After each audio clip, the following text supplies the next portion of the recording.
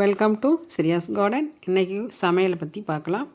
ஒரு அருமையான கோலா உருண்டை, வாழைப்பூ கோலா உருண்டை. இதுக்கு செய்கிறதுக்கு பட்டாணி பருப்பு ஒரு 125 கிராம் எடுத்துக்கிடலாம்.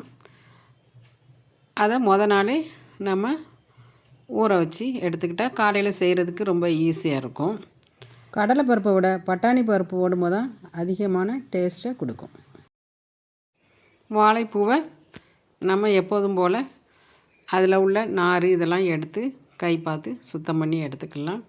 நமக்கு ஒரு வாழைப்பூவும் தேவைப்படாது.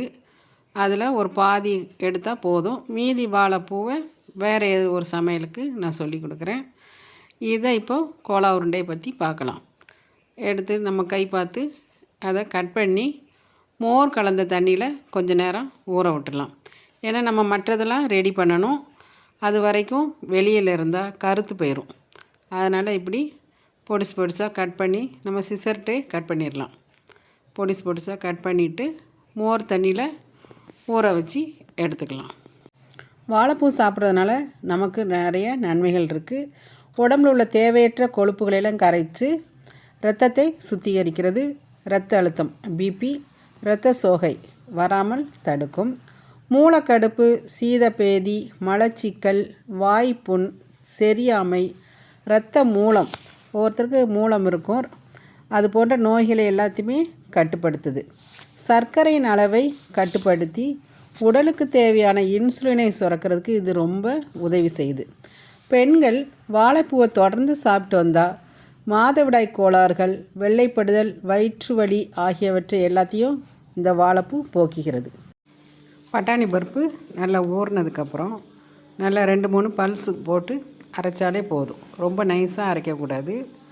குறன்னு இருந்தால் தான் வடை ரொம்ப டேஸ்ட்டாக இருக்கும்.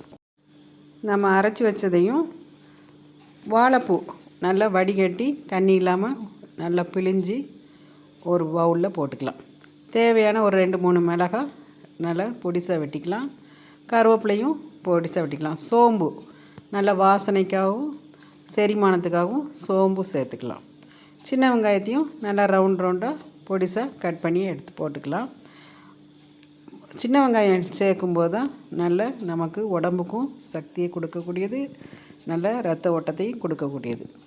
அது கூட நல்ல மல்லி இலை, மல்லித்தலையும் நல்லா போட்டு விரைவி வச்சிட்டோம்னா ரொம்ப மணமாக இருக்கும்.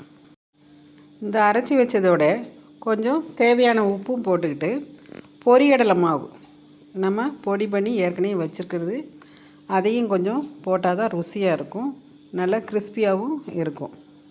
இது எல்லாத்தையுமே கலந்ததுக்கப்புறம் மிக்சியில் ஒரு பல்ஸ் போட்டு திரும்பவும் நம்ம ஒரு பல்ஸ் போட்டு அரைச்சி எடுத்துக்கணும். அப்போ தான் நல்லாயிருக்கும். நல்ல எண்ணெய் காயவும் நல்லா உருட்டி பால் மாதிரி போட்டு கோலா உருண்டை சைஸுக்கு போட்டு பொரித்து எடுத்தால் அவ்வளோ மணமாக இருக்கும், டேஸ்ட்டாக இருக்கும். குழந்தைகள் விரும்பி சாப்பிடுவாங்க. மட்டன் கோலா உருண்டை மாதிரியே டேஸ்ட்டாக இருக்கும். நல்ல கிறிஸ்பியாக இருக்கிறதுனால குழந்தைகள் ரொம்ப விரும்பி சாப்பிடுவாங்க. சாயந்தர நேரத்துக்கு காஃபியோடு சாப்பிடும்போது ரொம்ப டேஸ்ட்டாக இருக்கும். நீங்களும் ஒரு முறை இதை செஞ்சு பாருங்கள். செஞ்சு பார்த்து கமெண்ட் பண்ணுங்கள். வாழைப்பூ நமக்கு எப்போதுமே விலை மலிவாக தான் கிடைக்கும். இது கிடைக்கிற நேரம் நம்ம வாங்கி பொரியலவோ இல்லை கூட்டு, இந்த மாதிரி வடை, கோலா உருண்டை இந்த மாதிரி ஏதாவது செஞ்சு சாப்பிடும்போது நம்ம உடம்புக்கும் நல்லது. கோலா உருண்டை செய்கிறது ரொம்ப ஈஸி. வாழைப்பூ கை பார்க்குறது ஒன்று தான் கொஞ்சம் கஷ்டமான வேலை.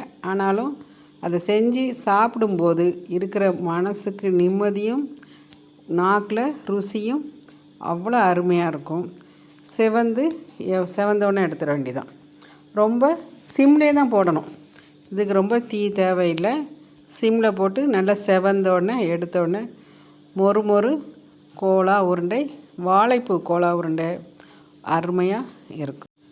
இனி அடுத்த வீடியோவில் வாழைப்பூவை பற்றி வேறு ஒரு ரெசிபியை சொல்கிறேன். வீடியோவை ஷேர் பண்ணிங்கன்னா எல்லோருக்கும் பயனுள்ளதாக இருக்கும். தேங்க்யூ. சிரியாஸ் கார்டன், சுந்தரி செல்வம். தேங்க்யூ.